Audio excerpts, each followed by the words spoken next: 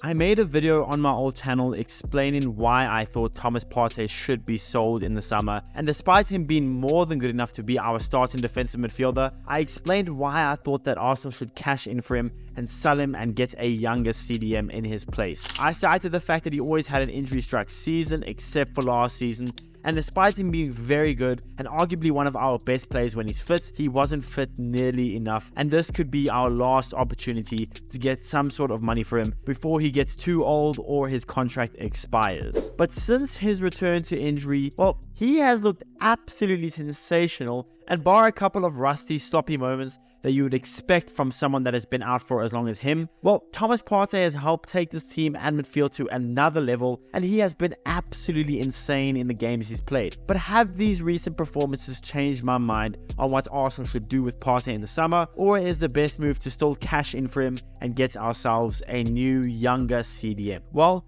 that's what we'll be talking about today. So what's going on, everyone? You are listening to Gunner Central here. I hope you're all doing well. Please be sure to like the video, subscribe if you haven't already, and let's get into it. Now, in my eyes, as I'm sure in most other Arsenal fans' eyes, Thomas Partey is one of my favorite members in the squad. He came to us when we were in our worst spot. We were in a dark period.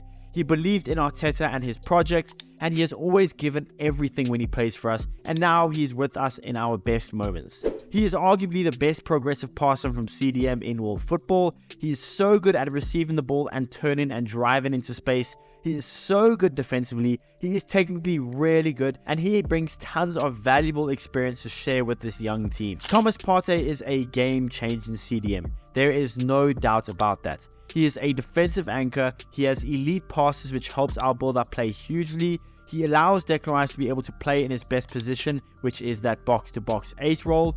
Thomas Partey helps this team in so many, and I mean so many ways. It's not a coincidence that Thomas Partey's first 2 seasons at the club, when he was pretty injury struck, that we finished 8th and 5th. But the one season that he plays almost every game in the Premier League, then we finish 2nd. For me, that is no coincidence. And quite literally, the only negative I have about Thomas Partey is his injury record.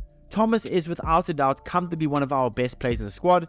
There is no question there. But having one of our best players so injury prone and at the age of 30 years old, almost 31, which is old in football terms, obviously not in life terms, after only missing 7 games during his whole Atletico career, and now having missed 72 games due to injury since his arrival at Arsenal, it's very, very worrisome. Thomas Partey has only missed under 19 games due to injury in a season, in 1 out of the 4 seasons he has been at the club. That season was last season when we finished 2nd in the Premier League. So as much as I love Thomas Partey, as much as I can acknowledge just how amazing he is as a player, how game-changing he is as a player, and how he is good enough to single-handedly win us games, being as injury-prone as he is, at the age that he is, it's just not that good of signs. And I don't know what the future will hold as far as his injury record goes. Now, does this mean I think Arsenal should look to sell Thomas Partey, get rid of him, bring in a new, younger, better CDM, spend some money in that position, and let Declan Rice play that box-to-box role permanently? Well, if you watched my Gabby Jesus video, well then you would know what I'm about to say. This is what I think Arsenal should do. I'm down for listening to offers for Partey. He is almost 31 years old and injury prone, but still good enough to get us a fair chunk of change back. But if there aren't any offers that are worth the selling, I would personally look for something, let's say around 25 to 30 million pounds. But if there aren't any offers there, well then why sell him? Listen, I know his contract is expiring at the end of next season, so I do think 25 to 30 million pounds is probably the most we'd be able to get. But again, if no offers are around that mark, well then I think we should keep Thomas and maybe try extend him for a little less money like we are doing with Jorginho. And because of his injury history and his age, asking him to take a pay cut at a team that is capable of winning the Premier League and competing at the highest level in the Champions League, well, I think that is a very doable negotiation. If we can't extend him in the summer, well then, I don't know, maybe then we should just look to sell him for basically anything we can get. But if we can get some contract negotiations going, and if a team offers around 25 to 30 million pounds, well then I do think, as much as it hurts to say,